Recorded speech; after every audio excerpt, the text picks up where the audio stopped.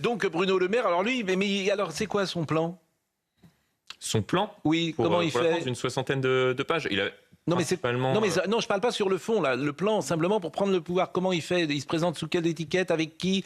C'est la primaire du... Bon, pour l'instant, qu'est-ce qu'il veut? Il attend. Moi, quand je l'ai eu, puisqu'on a conversé dans le cadre de l'écriture de cet article un peu tout l'été, il attend, de ce que je comprends, que les autres, si je peux parler trivialement, se foirent. Mais oui, mais voilà. Moi, on l'a eu ici sur ce plateau. Gabriel Attal ou d'autres. Ah ben, j'ai vu Édouard Philippe. Être le chef d'équipe, c'est le terme qu'il utilise, être le chef d'équipe qui rassemble un tout petit peu tout le monde. J'ai vu Édouard Philippe. Il n'est pas candidat, mais il souhaite être chef d'équipe. J'ai vu Édouard Philippe. Alors lui, Édouard Philippe, il a une machette, il est à la Mayotte.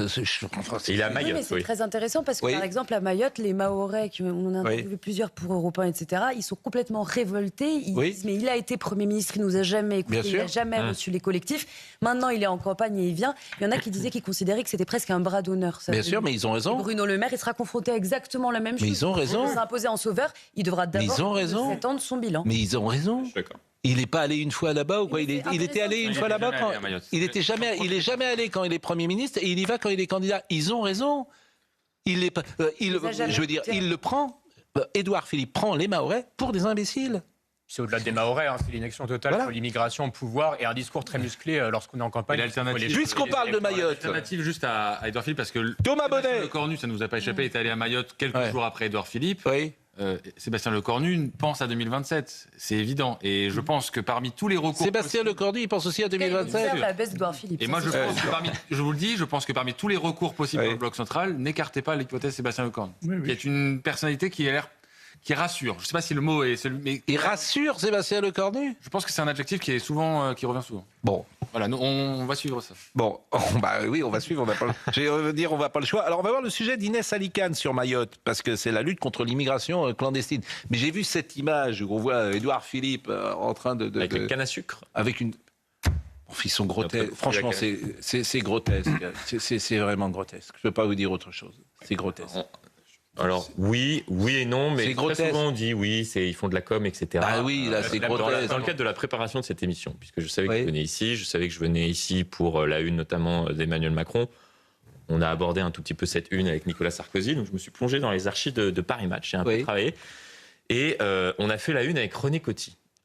Quand il a accédé à l'Élysée, René Coty a quasiment donné femmes, enfants, René Coty, mais c'était une autre époque. René Coty, la carte de métro de René Coty au tram, on a René Coty à la Florian, la naïveté, d'ailleurs on va aller voir les unes de match, parce qu'effectivement on va aller voir peut-être les unes de match, la politique. La naïveté de cette période-là n'existe plus. C'est-à-dire qu'aujourd'hui, ce que tu demandes à un homme politique, ce sont des résultats. Voilà. Donc tu ne crois plus en rien. Tu ne crois plus en rien. Tu sais que dans 9 cas sur 10, effectivement, c'est de la com, qui te raconte des salades, qui feront le contraire au pouvoir une fois de ce qu'ils ont promis quand ils étaient candidats. Donc les gens, voilà, et on les voit toutes ces unes de match, et je le dis pour Europe 1, le président grand-père, tout ça. Bon, donc les gens, Chirac en vacances, tout ça, ça ne pourrait plus exister, Chirac en vacances, parce qu'il y avait une naïveté. Regardez, Giscard, ça ferait rire aujourd'hui avec les petits chiens. Exclusif Giscard, c'est génial d'ailleurs. François et moi, quand on connaît le couple Mitterrand, François et moi, c'est pas prendre les gens pour des imbéciles. Non mais vraiment, François et moi, regardez comme ça fait sourire Mitterrand et Anne Pinjot. Alors ça c'était les photos secrètes de 33 ans d'amour, mais c'était à la fin sans doute. Donc les gens ils sont éduqués, ils décodent tout, ils savent tout, les gens qui sont en train de nous écouter, ils savent tout. Moi, je pense qu'on peut parler de soi, on peut faire la une de match. Mais je m'en fiche de parler, de savoir s'ils se lèvent dans le matin, etc. C'est pas mon sujet. On peut faire l'un et l'autre. Non, plus maintenant. Ces gens-là, quand vous prenez le général de Gaulle, quand vous prenez René Coty... Mais René Coty, vous parlez de René Coty. Je viens qu'on parle de René Coty. Paris Match, vous avez montré cette une, c'était dans le cadre du référendum. En plus, à l'époque, on pouvait parler de fond tout en montrant qui on était. Florian. La une du général de Gaulle que vous avez montré, où on voit le général de Gaulle, Yvonne de Gaulle. C'est l'autre mémoire de guerre du général de Gaulle. Voilà, à ce moment-là, c'est la veille du référendum. C'est-à-dire qu'on annonce à un moment des faits politiques. Alors écoutez le sujet quand même sur Mayotte, ça m'intéresse. Lutte contre l'immigration clandestine, et c'est un sujet d'Inès Alicane. Écoutez-le.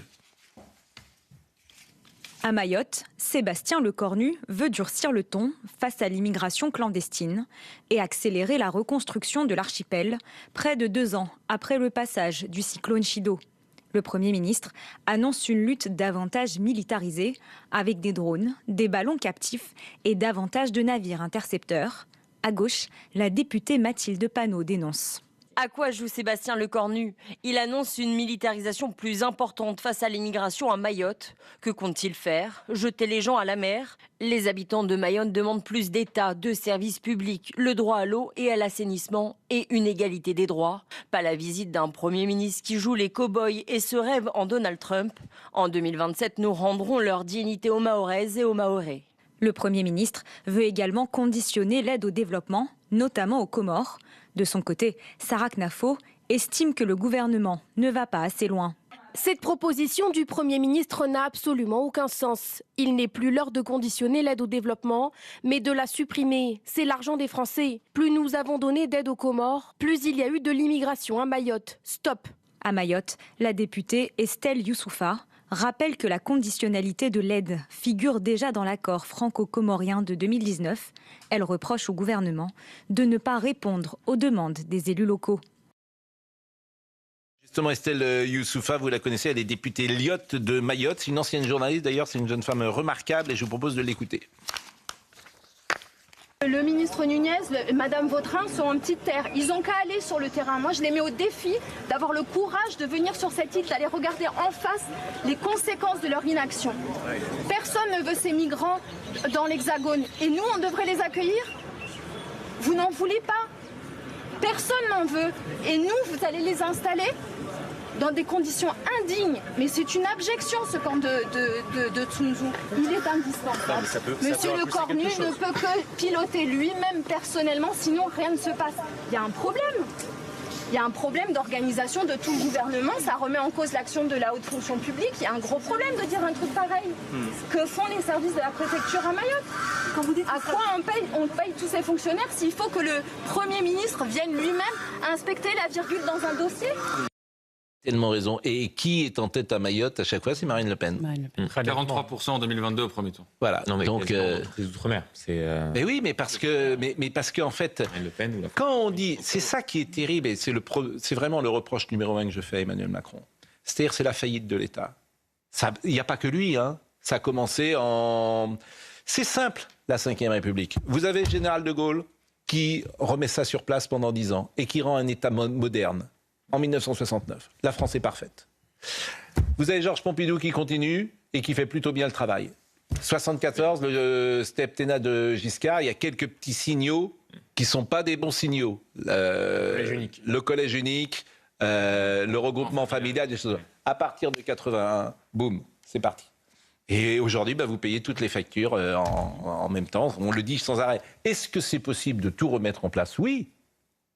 Mais il faut des mesures, il faut renverser la table. Faut renverser la table. Et ça va pas être simple de renverser la table. Richard Millet. La dépense publique, par exemple, une dépense publique engagée, tu peux jamais revenir dessus. Jamais. Donc c'est un dû jusqu'à la fin. Regardez la question des retraites. Oui, bien sûr, mais ça va être la retraite. Ça va être... Alors j'ai vu que François Hollande propose 63 ans. 63. Moi, je n'exclus pas, je le dis toujours, François Hollande. Hein, j'ai dit ce matin, j'ai parlé de François Barouin, j'ai parlé... Non, mais... On appelle les candidats de novembre. Non, mais j'ai parlé de François Barouin. Non. Voilà. Que dites-vous, Maïlène? Je disais lui non plus. Lui, il attend un espèce de duel fratricide entre Olivier Faure et Glucksmann. Il attend qu'en gros la première de la gauche s'écharpe. Il arrive ensuite. Le duel entre Glucksmann et Faure, excusez-moi, c'est vraiment... On est en division d'honneur. Hein. C'est l'AS Stade Caillou contre l'AS Stade Sable. Hein.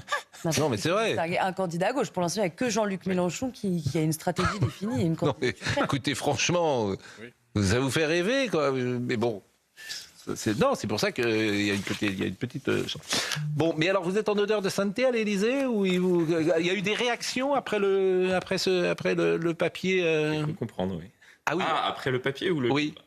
Le livre, on en avait parlé ici, là. Le livre, vous étiez... non, après le papier, j'ai pas eu de retour. Donc, mais j'imagine qu'il était au fait de ce qu'il était en train de faire. Donc c'était voulu. j'imagine, de s'exhiber comme ça, c'est qu'il voulait potentiellement que la photo sorte et que ça envoie un signal.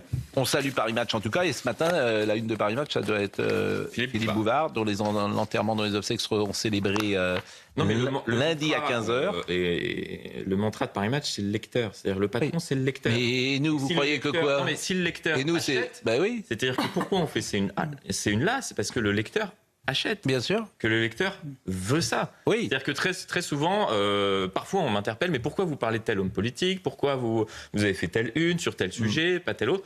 Je dis à un moment donné, il est vrai qu'on peut se tromper. Il y a des fois où on fait des unes qui marchent moins bien. Mais notre principal mantra, c'est que le lecteur, c'est le patron. Donc on essaye de penser au lecteur, ce qui peut plaire au lecteur. Et on crée chaque semaine ce journal pour qu'il l'achète et pour que ça plaise encore à la population qui vraisemblablement, vous avez rappelé les chiffres tout à l'heure, fait de Paris Match le premier hebdomadaire et de très loin de France.